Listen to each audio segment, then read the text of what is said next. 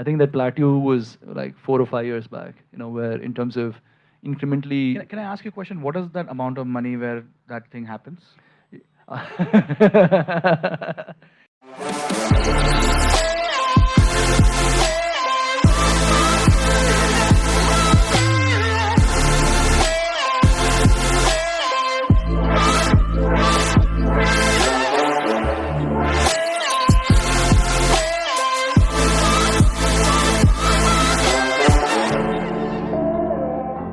We'll keep it real, Yeah, check. and Sure. and for most people, this conversation should look like a very positive conversation, and both of us are really pessimist and mostly deeply existential in many things that we do. And I'm going to talk about the dark side of the 2,000 crores profit for a bit. Before we go to the dark side, let's talk about the bright side of it. Can you give us some numbers, like how many customers, most importantly, how many team members, how many engineers slash product people? Just curious, just throw out some numbers. Yeah. So I think for us the business, we've truly hit economies of scale. So when I said this, so in 2020, we were sorry 2019 actually, we were at 1 million customers, and we had 1,100 people on the team. We are 11 million customers with 1,100 people on the team. So we haven't added, like no one. And uh, thanks. So the other thing, no, what I feel really proud about more than the profits, right? As in, because that can come and go, is really the trust we built out there. Because today these 11 million customers together hold almost 2 lakh crores plus securities with us. I don't think there's any platform in this country who's been able to build trust in such quick time. Of course, there's an ICICI, HDFC, but they've taken like 30, 40 years to be able to build that. So over the last 10, 12 years, we've been, the fact that people trust us with so much of security is really what I think is the biggest achievement of the business. I mean, if you build that much trust, money will happen. I mean, if not this year, we would have made money some other year, right? So the fact that we've been able to build the trust is really what I get excited about. About engineers, uh, we are a 35-member tech team. So, Kailash, who heads a tech, we hired 2 people last year, and he said we hired too many. So, when we started the business, I also came from the school of thought that throwing people at problems solves problems. Um, but once Kailash joined in 2013, and just hanging around him, his philosophies, I mean, he's like my spiritual business guru of sorts, So uh, his philosophy slowly kept rubbing on me, and then I kind of realized over time that complicate problems, they don't really simplify. And so yeah, so we've been very particular about hiring.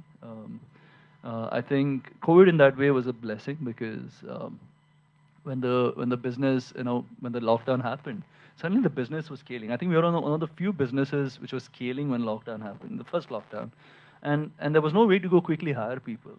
So the first thing I did was, I was saying, no, let's figure out what job is inefficient at Zeroda, and so we had like a 500-member inbound sales team, right? Which is, people, they drop off during onboarding. We call them up and say, dude, why you drop off? You want to open an account, etc. So, we took a 50-member team of inbound sales and we said, let's move them to support. And we saw it made no difference, right? I was like, damn, how is that possible, right? And then the business kept going. So one day, I sent an email to everyone, we're stopping inbound sales. And it made no difference to our sales. It made no difference to our conversions. It made no difference to our leads. I was always bothered about this inbound sales team, like giving targets and, like giving, in terms of conversions and, like motivating talks. And I'm like, I don't even know what I was doing for 10 years. So the thing was, what happened for the business was in 2016, until 2016, onboarding was physical, right? People had to send a physical account opening form. So unless you followed up with the customer a bunch of times, no one would do it, right? But then onboarding became online in 2016. And post that, I think at some point of time, I should have realized that if someone doesn't want to open an account, he'll probably not open an account just because you're calling him, right? As in, and we don't, we have never induced greed and stuff like that to open an account. So there's never been a freebie. And I've never, there's never been like, never given a sales guy any upsell and or anything. We never sold anything to our customer till date. So, so yeah, so I mean, like that was like a big realization. Now what happened was all of these 500 people moved to support. The support ratings went up significantly. Because one of the hits we had taken as a business from before was really the quality of support, and now that we had like suddenly like a 700 800 member support team, just the support, the interaction times to everything else, just improved significantly, which I think also kind of fueled into more business, because people then start saying, oh, dude, I call your call center in like under a minute, I'm talking to someone. I send a ticket in like, less than half an hour, like someone's responded to it, So, and yeah, and we went internally and tried to find every single problem that can be automated. And we were forced to do it because of COVID. If not for COVID, maybe we would try to do the inefficient thing, which is to go hire people and try to solve for that problem.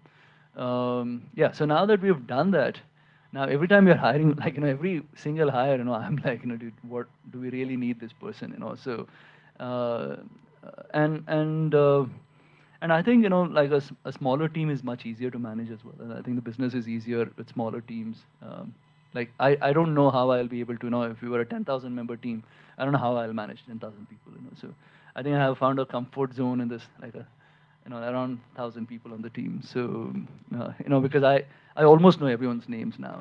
So if which is a cool thing to be as a person leading a business that you can actually talk to like every person in your team by their name. So. Um, just to double click, these are how many unique different businesses that are covered between these 1100 people?